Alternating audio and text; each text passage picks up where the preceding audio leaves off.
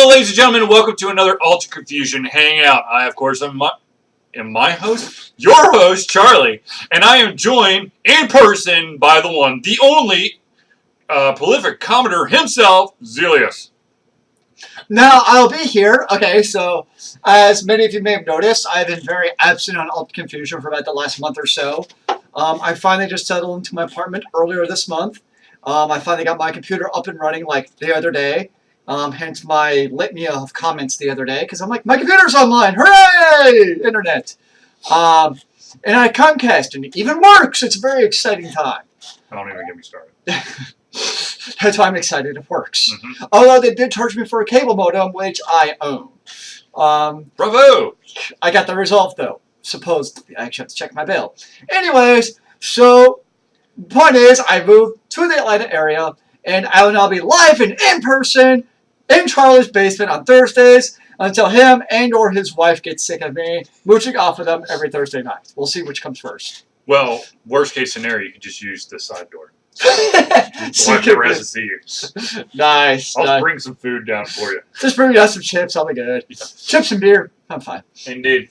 Okay, so as it is Thursday, we of course have no topic pre-planned. What? No topic? But it's Thursday! I know. Spooky, isn't it? But Zealeus and I were talking beforehand about what, in our mind, would make a solid MMO. Now, of course, World of Warcraft, very highly popular, probably the monster that no one will ever be able to slay unless Blizzard basically shoots himself in the foot. Though some people say Mr. Pandaria was kind of a shot in the foot. Well, I think the thing with World of Warcraft, though, it reached that peak about 4 or 5 years ago. Mm-hmm. Really kind of around the Burning Crusade, Wrath of the Lich King, kind of that era is really the height of the power of World of Warcraft. And, I never say never, but I think as far as a subscription MMO goes, yep. I really think that's probably the zenith of popularity we'll ever see in a single MMO. It almost just happened to be that perfect vortex of, the coming of age of everybody having the internet. Mm-hmm. You were past the AOL stage of dial-up, where everybody now started getting their dial-up. They made the game specifically to use like your integrated graphics card. And it was accessible to the masses. I know there are other MMOs at the time, like for instance EverQuest, what was the one that kids were really into? And I know kids were into World of Warcraft, but there's another one that kids were really into. If I could think of the name, you'd recognize it. I'm forgetting it now. There was Ultima Online. There was EverQuest. There was. It was a web browser-based MMO. You did it in your web browser. You talking about MapleStory? No. Anyway, there are other MMOs. You had Lineage was another one. Granted, that was probably more popular, not in America, but I forget what country it came out of. Probably Japan. But a lot of MMOs, but something about World of Warcraft just really got it to the top of that popularity list. And I just don't see it as one single MMO ever being like World of Warcraft was with that, what was it, 11 million concurrent subscribers? Yeah, they do. That's just amazing.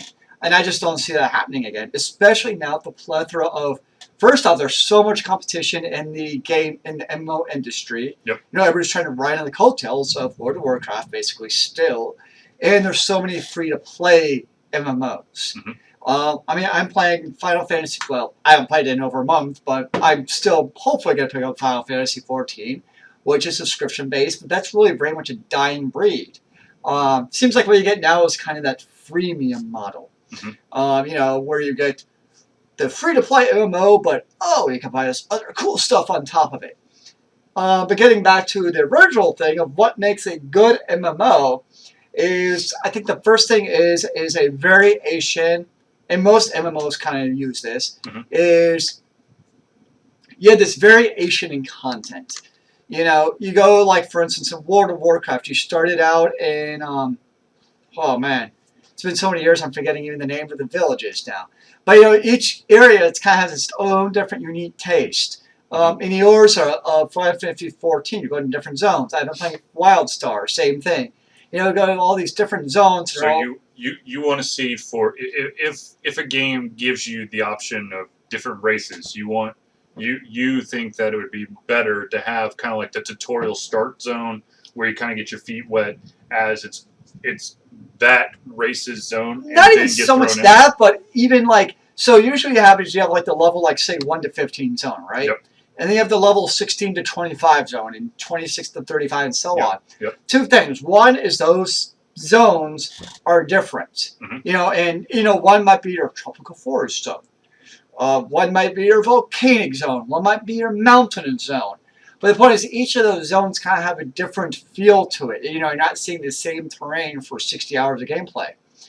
The second thing is in those zones is you actually have something to do in those zones. And the funny thing is about World of Warcraft, for all of its popularity, especially in vanilla, is there was shit to do in some of those zones. I remember how much time people spent traveling from zone to zone to zone. The reality is vanilla WoW, the way it was at the time, especially with questing, would bomb down.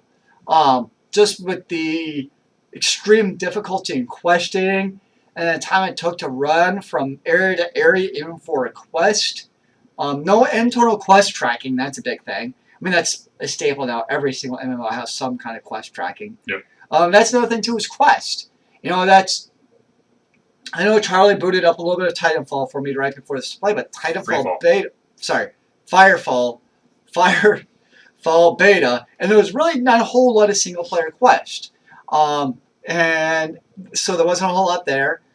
And so it's kind of like, well, I'm bored of it now because I'm not in it for the PvP.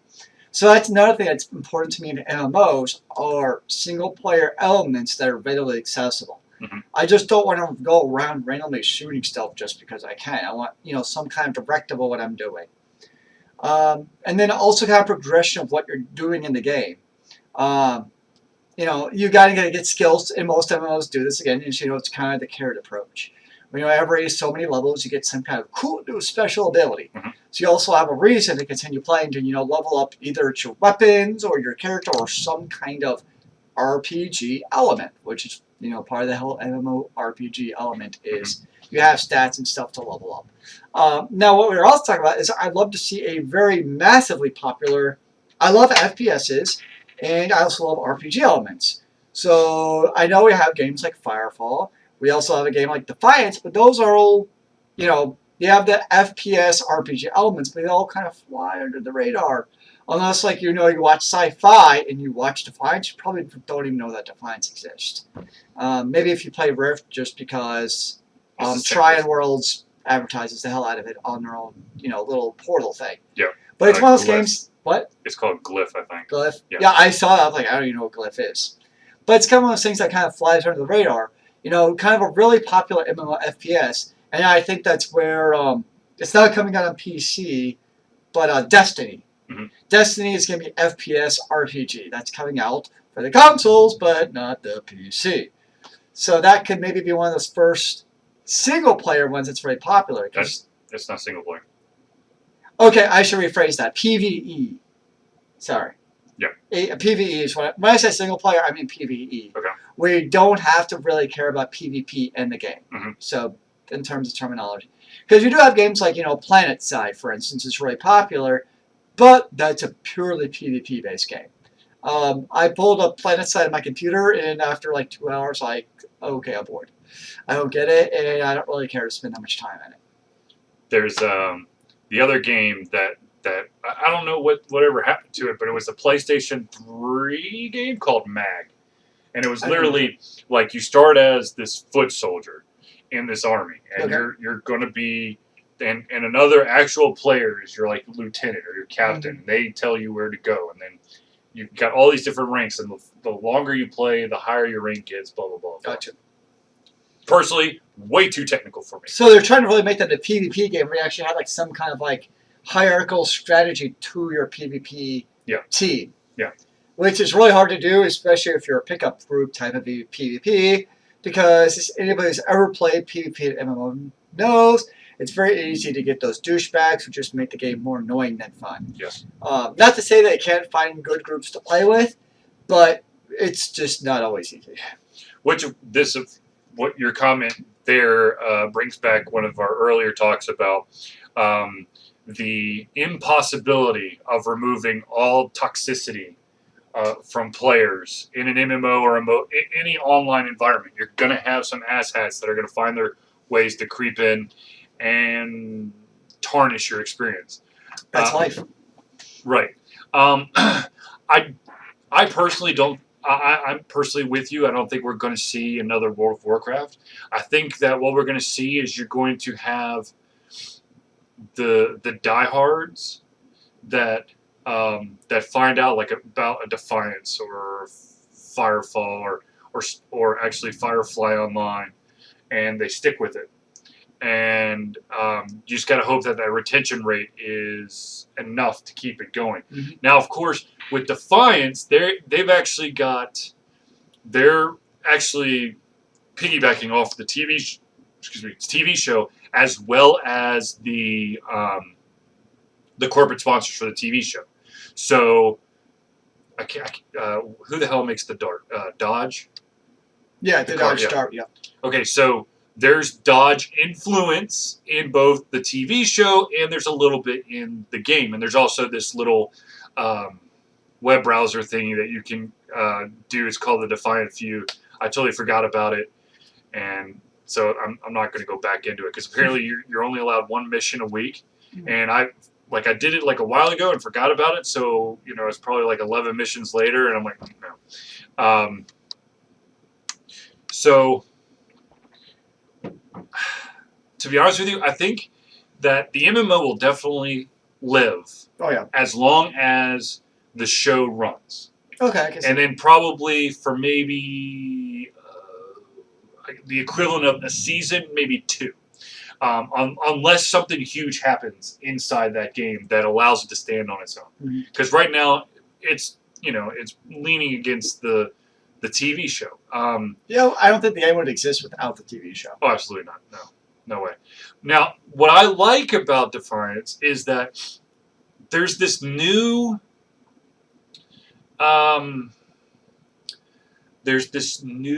way of playing online games, which I don't know if it's for the best or not, but they basically throw leveling out the window. Yep, I saw that. Because in Defiance, what you're doing is you're trying to complete enough tasks. And once you complete enough tasks, you basically are accumulating something called ego points, which allow you to upgrade your skills and allow you to use better weapons. But your stats really are based on the weapons that you're using. And the armor that you're using. So it's not like, you're no less stronger. Oh my God, no less stronger. Is that even a word? Probably. Hold on. Technical difficulties. Sorry, I broke his computer trying to show him something. Yeah, you did. You broke my computer. You broke my computer. Ah! Anyways, yes. Okay. Shit, I just got derailed. Thanks a lot, Zealeus. So technically, a person who is just starting has the same build of a character as someone who's been playing a shit ton of hours. The only difference is that person who's been playing a lot has better guns. Well, but they also have the ego trait. Right, so they have a wider selection of skills. When you start which is basically the the equivalent to my mind of leveling up. True. It's just a kind of different way of looking at the leveling scheme. I mean, look at Guild Wars 2. Mm-hmm. Guild Wars 2 is very similar in terms of Defiance. Yeah. Where, did you ever do open world PvP in Guild Wars 2? PvP? Like the world versus world? Because the world versus world PvP, all characters get bumped up to the max level. Oh, yes. And so it's kind of the same thing where, yes, some characters might have some of the special abilities that other characters don't. Right. But in large part, you can still kind of compete in the same playing field for that reason to really kind of try to make it more accessible. Well, you have in Guild Wars 2, you have these special event zones, which once you enter them, no matter what your level is, you automatically get pumped up to 80. I think 60 or 80. I can't remember what the cap is. I think it's like 80. It's a lot. Okay. 80, and then you basically your health and your your points are going to be equivalent of a character at 80. Now, the thing that distinguishes you from the rest is that your skills are going to be at the same level as they were before you hopped in. Yes. So someone who's actually closer to level 80 is going to have a lot more in their arsenal than someone who... And your gear does still take effect, too. Absolutely. So, Absolutely. no, I mean, but you can still... You're not total opponents, at least from... like uber geared level 80 versus a newbie level 20. Yeah. You can at least still be in the same area and work together or against each other. Absolutely. Yeah. So okay. So for me, I guess we're going to go along the routes of, well, just MMOs in general. I don't know. See, the thing is, technically, World of Warcraft started off as a niche game, and then it kind of just caught on because it was just the online version of a popular real-time strategy game. Or Warcraft. Right. 3. Yeah. And it just kind of expanded from there. So the thing was, I think, one, stick to the regular control scheme for the love of God. Do not try to reinvent the wheel on this one. Don't try to be fancy and put all your hotkeys and your movement keys all over the place because that's just what everybody said. Yeah, there was I think there was like a kiddie MMO called Hero 101 where it was all kinds of jacked up. And no, thank you. Another thing is going along with the controls, but also you want the initial learning curve to be small and for it to, I guess, gain complexity as the game gains complexity over time, but at a clip that most people can understand. Mm-hmm. You don't want to be like, okay, it's really easy to get in, but after the 4th hour, we're going to change everything. Or in case of Final Fantasy 13, after the 32nd hour, we're going to change everything because it's a 32-hour tutorial for you to actually play the fucking game. Yeah, I got bored of the tutorial. I got to hour 29, and then I was like, and I'm done. I think I got to about 20-ish. Yeah. So low skill entrance. You don't have to be an MMO master to play the game. That will bring in a lot of people. Now, okay, so here's the beauty about Defiance, and this is something that I wish a lot of companies would copy, because then you would get a lot of people like myself, is that technically you can solo through the entire thing. Yes, there's special events that if you try to solo, you'll die. Like the Arc Falls, which are these special events that happen over the map during certain times. And then, of course, you're going to rack up some serious loot from that. Yep. But there's certain players, like myself, that just do not want to get... They've gotten dicked over so many times in MMOs, like World of Warcraft, Lotro, DDO, Final Fantasy 11. I can go on, but I'm going to stop. I've had a ton of bad experiences in all those games, and also in Guild Wars, where we had the Leroy Jenkins. Good Lord. Leroy Jenkins! Leroy Jenkins! But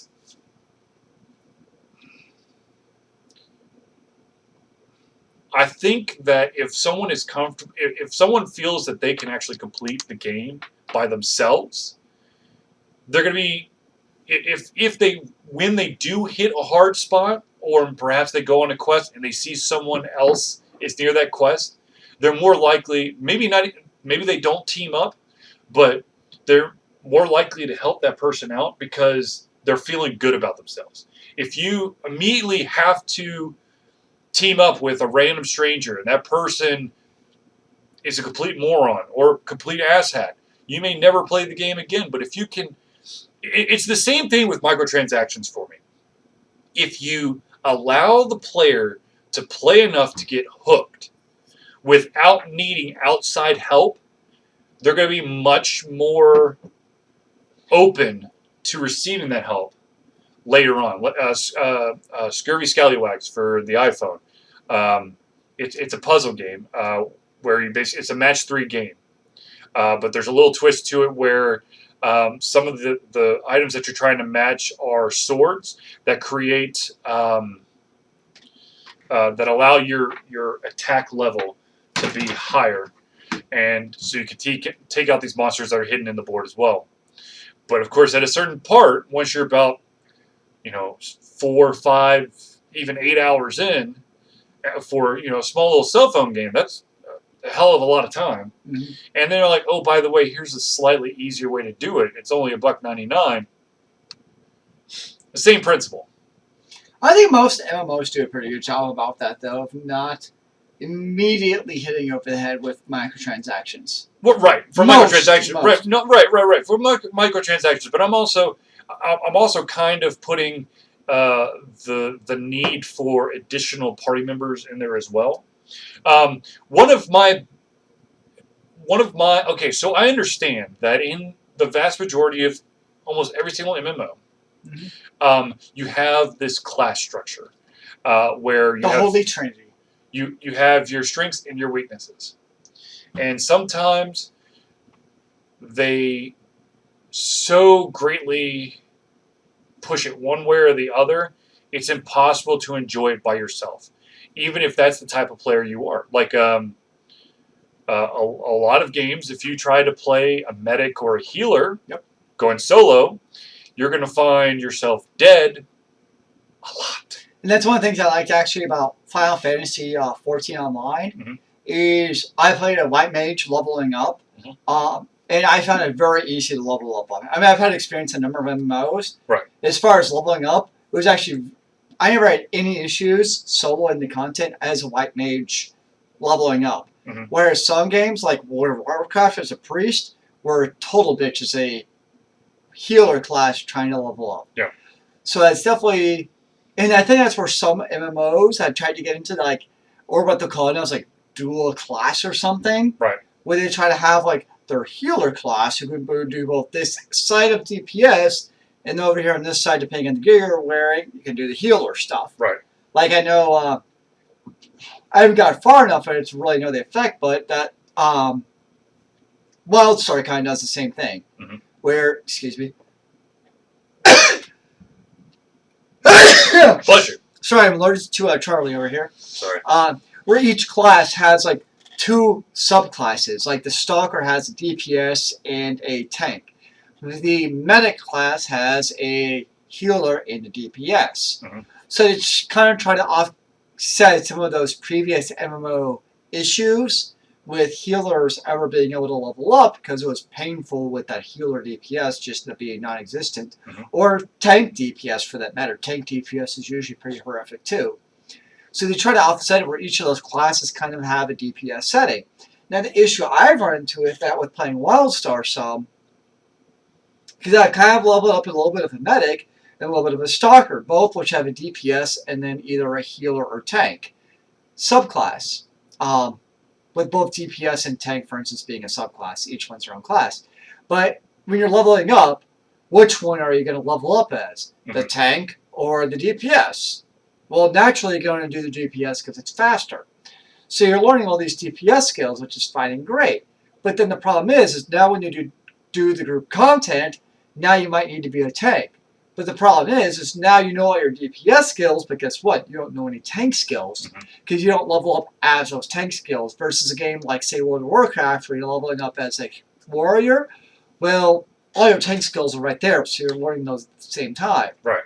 So that's kind of my one issue with MMOs who, understandably so, try to remedy the whole Holy Trinity issue with allowing each class to have 2 or more classes, is by having those DPS elements, but at the same time, you maybe don't learn those intrinsic healer and tank skills as well as you otherwise would leveling up.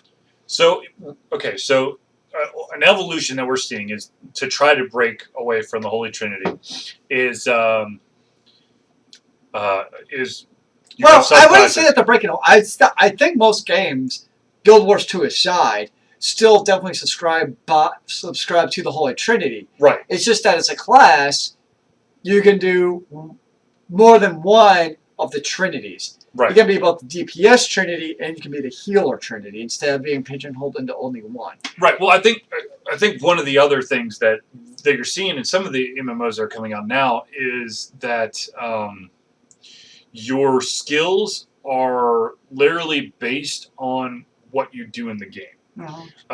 So, if you're running around and you keep healing people, then your healing stuff starts going up. But at the same time, you've got a bazooka, so your heavy guns are going. I think the first version of Final Fantasy XIV was trying to do something like this, where basically all of the power is within your weapon, the way that you play.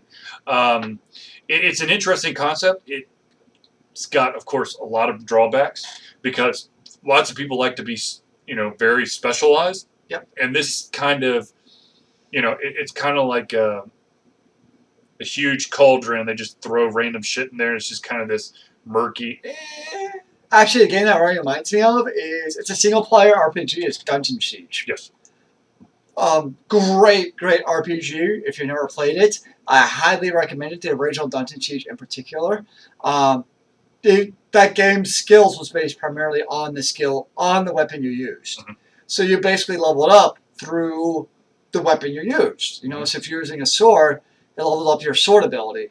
Now that worked very well in that single-player RPG element. But kind of what you're saying is it doesn't seem to quite translate as well to the MMO realm. So it's kind of interesting how single-player RPG elements versus MMO elements for the RPGs.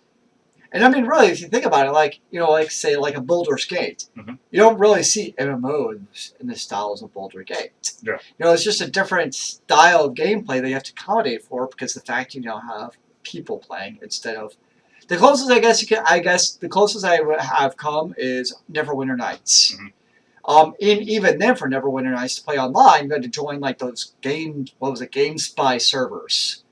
Which no longer exists. So sorry, I guess you can't play Neverwinter Nights online.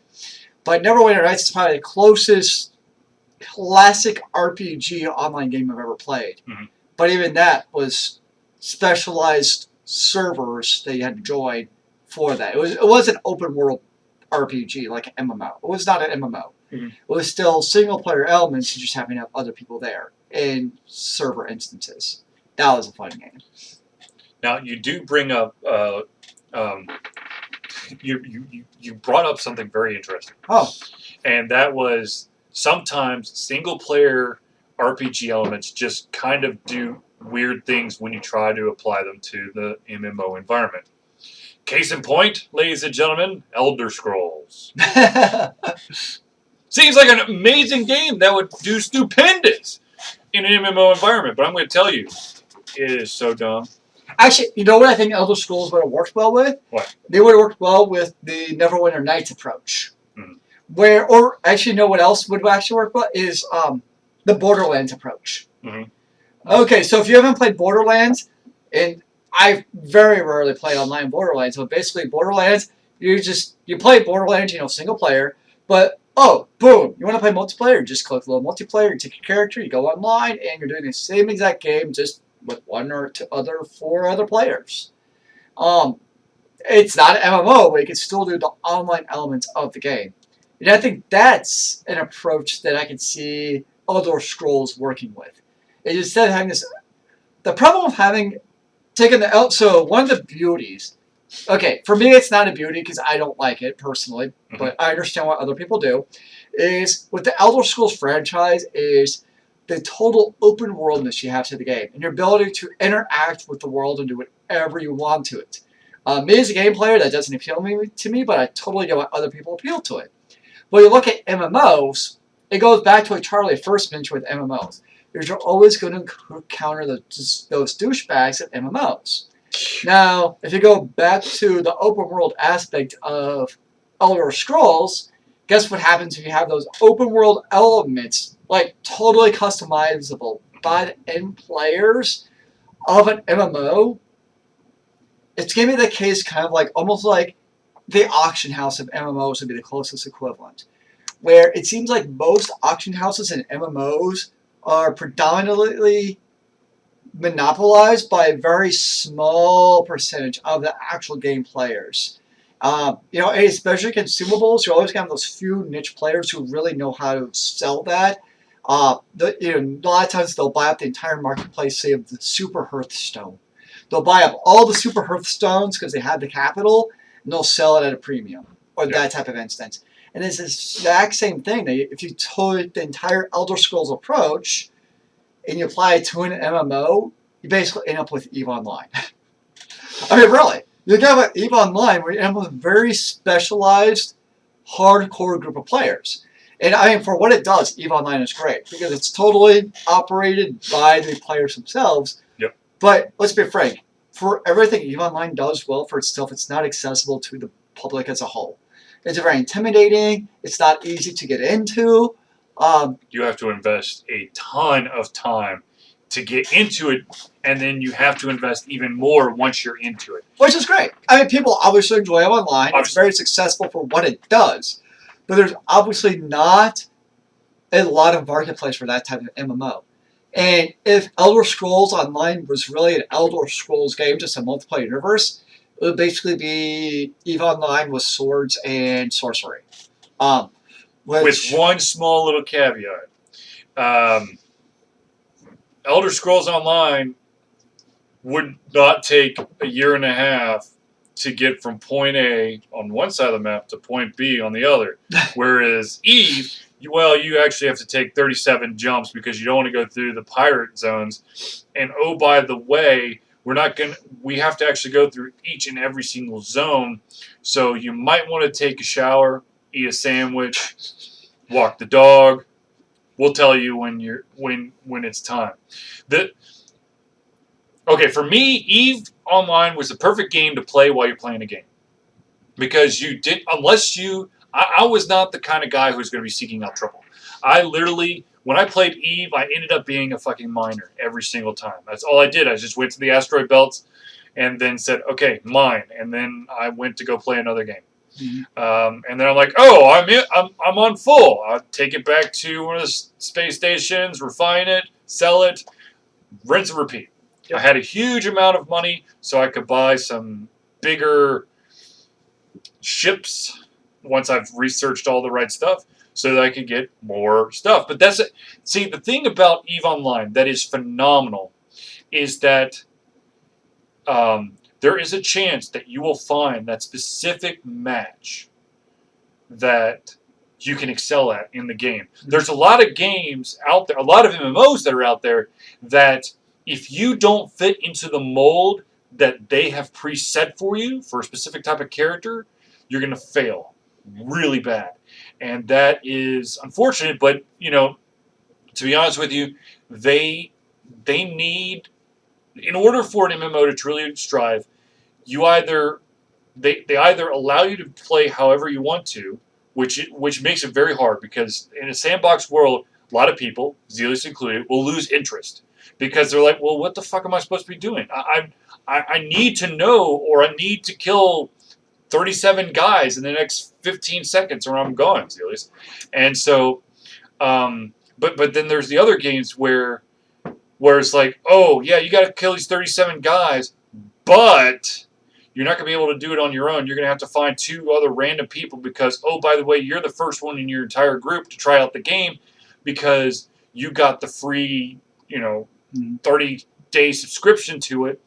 And now you can't get into it far enough to tell your friends if it's good or not. And so... And the problem with that approach with MMOs that I see is... So when an MMO comes out, especially on a beta, typically you have a lot of players, which is fine and great. But then what happens typically is 6 months to a year, those lobby sections are empty. Yes. So fine and great to, have these grouping instances or large, group stuff. Very accessible and easy to do when the game is first out. Yep. The problem is, as you hear down the road, is if you look at, I'm talking about Holy Trinity typical traditional MMOs. Yep. Like World of Warcraft, Final Fantasies, those lobby zones get desolate into the game. So you have to have those single-player elements. And that's one of the reasons I actually really got into Final Fantasy and was able to level up so many different classes, is because they had an element which basically promoted high-level characters to do low-level dungeons. Because you got those rewards as a high-level character for doing low-level dungeons that actually enhanced your character. So, but when I was playing, for instance, Rift, though, which was made by Trion Worlds, same company who makes Defiance, as a high-level character, there was absolutely zero incentive to do those low-level dungeons as a high-level character. So in that case, I remember as a low-level character leveling up and trying to do dungeons, well, it just wasn't happening. So that's one thing that I think some MMOs do better than others, is how do you accommodate those low-level dungeons to ensure everybody's doing it. So I think Trion has, of course, Rift. They also have Defiance, as Zealeus stated. With Defiance, the way that they have individuals come back to areas from earlier in the game is they have a bunch of different locations on the map where at some point you probably have done a quest for it. But from time to time, you'll see, if you look on the map, there's going to be like a light blue circle on top of it. If you do that, you gain reputation points with a specific faction. So that drives even the people who have put a ton of hours, like myself, into going back to the lower areas, because that today is the time. If I really want to do Van Bach industry stuff, I need to go up to. And the other beautiful. Screw you, Van Bach. Dude, I don't want to. Okay. First of all, biggest problem with Defiance. I'm just going to say it right here. It is beyond. If you're a Defiance fan, you'll totally understand this. It is beyond impossible for me to feel good about helping out any E-reps in the fucking game. I want to shoot them in the head and let the bandits have their way. Okay, can I ask you a question, though? Yes, sir. Going to Defiance. Yeah. How, are you current on Defiance? I am 2 episodes behind. Okay. I think they'll be close enough, because as much as it's easy to hate the E-reps based on the Defiance political structure, given the calamity that came to Earth, I think you can also maybe understand where the E-rep is coming from. I'll grant they come at it usually in a very underhanded, douchebag type of way, but I can also understand where they're coming from. Okay. All right. Now, okay, we're going. It makes much more sense in this current season. Right. Absolutely. Okay. So I understand. E-rep helped settle things out, but then they swelled way too fast with power, and then they became, we're the big boys, and y'all are stupid if you don't think that you can survive on your own, which Defiance could, but they. Well, the first season, E-rep was nothing but douchebags. Right. Now, the second season, I think the E-rep has got a little bit more of. Okay, so I think it has got a little more of. No. We have finally. Okay, so in the first season, you see E-rep as total douchebags. In the second season, you see that some E-rep people actually have a soul. Some, you're right. Some, not all. Some. There are definitely some who are still evil. Yes. Oh dear God. Yes. But I still want to shoot them in the face. I understand you. But at the same time, though, okay, think about it this way. Defiance was fortunate to have, I'm totally forgetting her name now. Which one? The one who... The mayor of the town. Oh my gosh. Oh. Okay, so basically Defiance, up until when we got to Defiance and the TV show, they had a mayor. And she was a very responsible mayor for her city. Yep. But if you don't have, given the calamity that came about with the war, with the Voltaire and all that stuff, is I could see where cities would need that protection help from the E-rep so they don't get overrun by hellbugs and other shit that's going on. Because there's not a whole lot of good going on in the world, frankly, anymore in the world of Defiance. So if you're not having that strong political leader like the city Defiance... Amanda, thank you, yes. So if you don't have that Amanda in charge to make sure your city is successful, I can understand where the E-rep is a necessary evil to make sure that people don't just die of starvation and thirst. Yes, but sometimes I think that they put the price too high. Okay, now we're really getting into Defiance here. But screw it, whatever. Defiance is actually an interesting political show if you look at it from that regard. Yes. I think Yes. it almost takes what is that television series? The movies. I came on to say Battlestar Galactica, which I know it's not. It's the movies with the giant freaking bugs. Giant bugs, and they. Oh, you're talking about Starship Troopers. Starship Troopers, which the first movie is very much a political commentary type of movie in the books. I mean, in a way, Defiance is almost a television series. Yeah. Kind of based on the same idea of what is too high of a price to pay. Right. And that kind of asks the question, of the E-Rep. Do they have too high of a price for your safety? And I mean, you're also seeing, especially in this season, you're seeing a lot of the dark underbelly of politics and moving pieces of blackmail and the black market and power struggles. Just take Datek Tar, for example, and his wonderful wife Stama. You know who I think my favorite character in the show is? Who? The Doctor. All right. Like, I want to know what's going on with I just find her very interesting because obviously she has a very dark past. Oh God, yes. And like, what's going on and like, what is? I think like she's researching something. Yeah. And like, she's obviously has a very interesting past. Yes. Yes. And I just kind of curious about the Doctor and like what's going on there. And her sense of humor just kind of works with me. Okay. So my favorite character.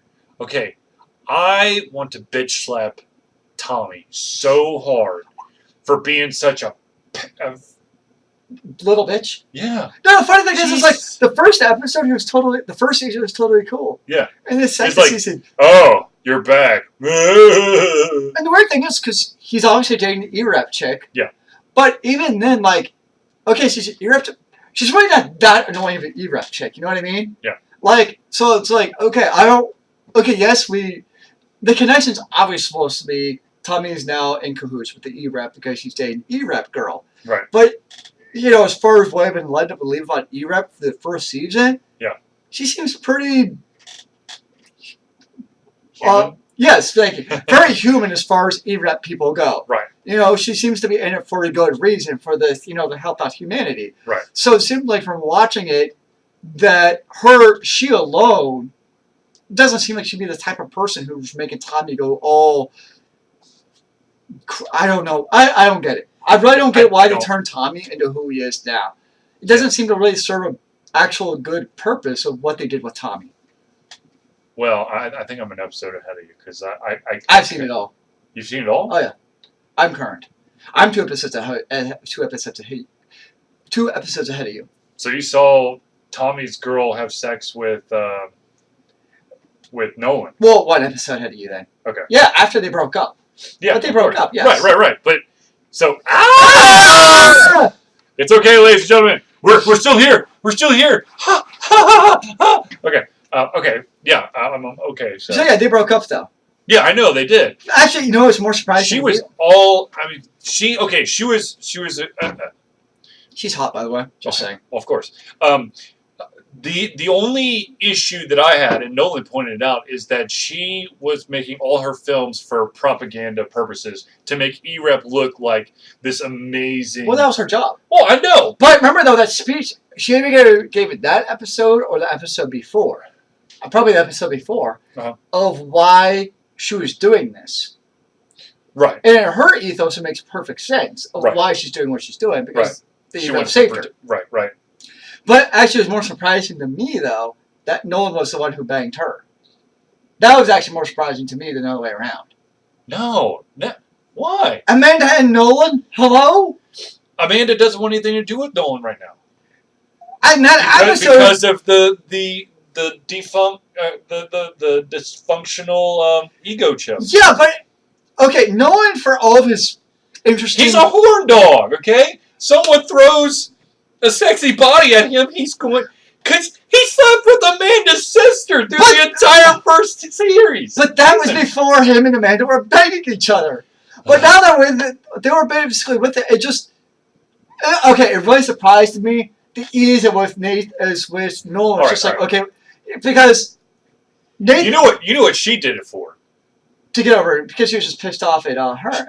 Well, who's the one person Tommy can't stand? Nolan, yeah. Exactly. Yeah, it makes sense why she did it. Right. No, I get her rationale. And I get that, he's like, oh yeah, she's hot and half my age. Hell yes. Yeah. But he actually has a lot of integrity as a person. And it seems like as far as the integrity goes and how much he cares about Amanda, that would go against that part of his personality. But Amanda doesn't hate her. But he doesn't know about that. She doesn't know about that, though. That's true. Yeah. I don't think she's going to find out about it. It just seems like one of those things that's just going to get kind of... I mean, there's always plot lines that you can't finish. Right. It seems like one of those plot lines to me that's just going to kind of get swept under the rug. Yeah. But it just seemed completely out of character for me for him to sleep with her. Like, it would make more sense, not for her, but for Daytime to have slept with her, honestly. No. Daytech's trying to get in better with his wife. He's trying to regain this. Don't. You haven't seen the last episode. The last thing I saw. No, you don't know. You haven't seen it, so don't worry about it. No, okay. The last thing I personally saw has nothing to do with Daytech. But you gotta think about it though. Their whole male, I forget the race name, but all the males sleep around. Castian. All the Castian males sleep around because they're males and they can. Right. So you don't think Daytech hasn't slept with other women before? Dude, he frequents the whorehouse. So you see my point where he would have slept with her happily. I don't know if... See, the thing is, Daytech has a huge issue with E-Rep. I don't think that he would bang an E-Rep chick. Which is ironic, though, because Nolan really hates E-Reps. Well, yeah. But before Daytech killed the general, he wanted to be in bed with the E-Rep, though, remember? True. I mean, I... Kind of like Nolan, I guess if she was hot enough, he would still bang her. Well, a hot girl throwing herself at you. It's hard to say no. And you've had a couple. It probably is very difficult. Well, especially when he's separated from her at the current moment. Yeah. Men are speaking in their own weird, off-species ways. Mm-hmm. Yes, I like Defiance. I do. Defiance is. I think it's a great TV show. I really do. I worry though that people. It's one of those shows you have to stick with. Mm-hmm. You know what I mean? And that's my worry about a show like Defiance, where like Warehouse 13, I could kind of jump into it. Right. Like I saw an episode, I was like, oh, this is interesting, so I'm going to start from the beginning. Right. Defiance, especially season 2, is very much a show where if you haven't been watching from the beginning, you'd be like, what the hell is this? Right. And that's my worry about Defiance is how many people are going to stick A with Defiance, and B, how many people are going to jump into Defiance. Right. So I love it. I think it's a wonderful show. I think it's really interesting. I think it's a well-done sci-fi series. Not like SYFI, just sci-fi, the genre in general. Right. So I hope, obviously, that the show continues. Same here. Because there's obviously a lot that can go in the series. We'll see if it goes to, normal 5 seasons. Yeah, well, that's the norm Comcast for you. Yeah. And I get 5 seasons. I mean, obviously, I'm sad that Warehouse 13 Day got booted after 5 seasons, but 5 seasons is... I was sad that Eureka got booted after 5 seasons. As long as they know in advance, though, 5 seasons is fairly reasonable, at least. Now, the only thing is, I think Warehouse 13 was a little bit too... It didn't have enough of a season 5. Yeah. Like, it was an abbreviated season. Like, if you had the full... if it was full 13 seasons, it would be one thing. 13 episodes. But it was like 4 or 5 episodes for season. For the last season. That's the problem. That's what they did for Eureka. I think they only gave them 6 episodes to wrap everything. And that's not like, if you had the full season 5, I think it would have been fine. Yeah. But they tried to get so much, last episode. The freaking last episode should have been like 3 episodes. Yeah, I agree. Yes. Sci-fi has some really phenomenal shows. It's just unfortunate that they are stuck in this 5 seasons and you're done. And the hard part, because Warehouse 13, I thought season 4 was the best. Yeah. And well, I mean, the thing is, some shows they get it perfect in the first season. It's all downhill from there. True. Other shows, they don't. House. They hit their peak somewhere in the middle. Like House with season 3. Well, there you go. I thought at least. That's just me.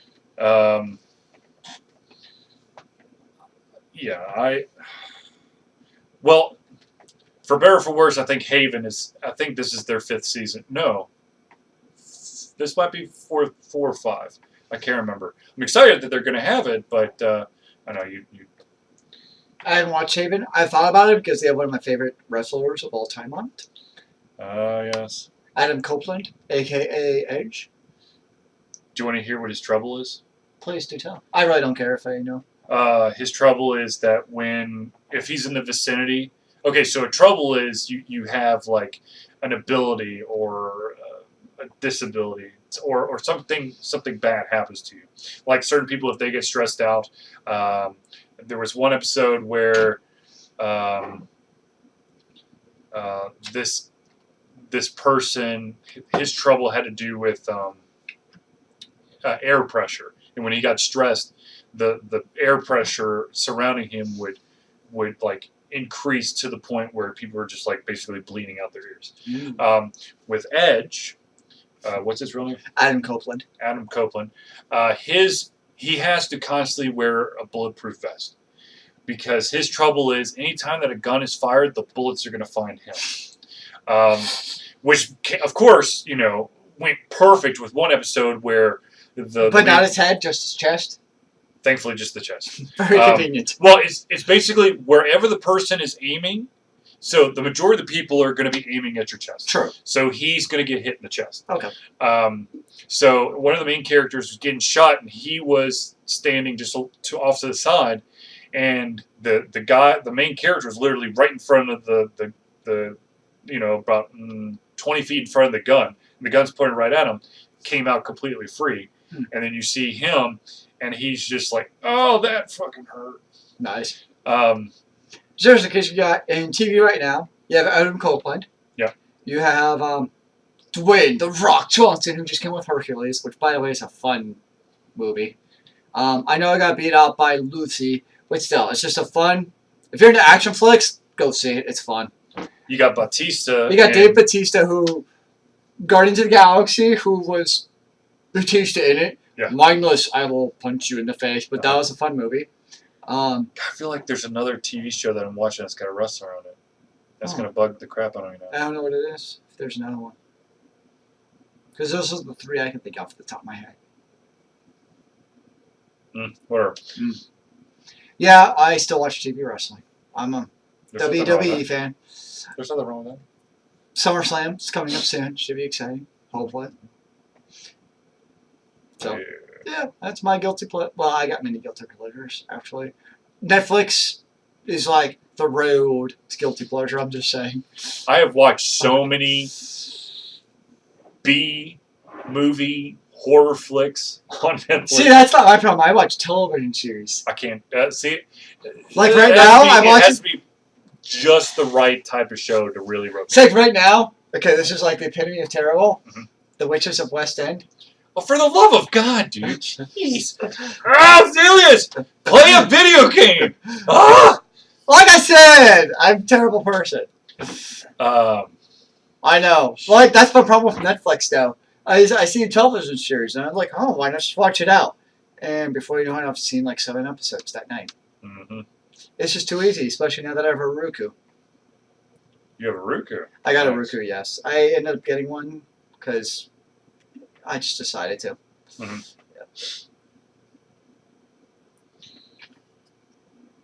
So that's what Arissa looks like without the makeup. It's not the same person. No, Are you sure it's the same actress? Yeah. I don't believe you. Wow. Maybe what makeup can do for people. Maybe I should wear some makeup to school one day and just see if they recognize me. Actually, I don't think they'd appreciate that very much. Probably not. I had to wear a suit and tie to get my picture taken yesterday. There you go. Yeah. And I realized all my suits were wrinkled. Because I just got unpacked and installed my boxes. And, of course, what's the box I don't care about? Suits and ties. Who gives a shit about that? Right. And I'm like, oh, crap, I actually need it. So pull out the old steam shower technique to de-wrinkle your clothes. There you go. It actually kind of works. There you go. Kind of works. All right, ladies and gentlemen, we've almost reached the hour mark. So, yes, I know. So we're going to have to end the recording portion. We'll keep with the Twitch just a little bit longer to see if anyone pops in. But thank you for tuning into the Alter Confusion Hangout for this Thursday, which, of course, is August the 7th, 2014. For myself, Charlie, and Zealeus, it has been a pleasure to chit-chat with you about MMOs and then, of course, about Defiance and other TV shows. So until next time, stay classy, San Diego. And give. Wow. Remember, kids, keep on gaming in the free world. Amen to that, brother.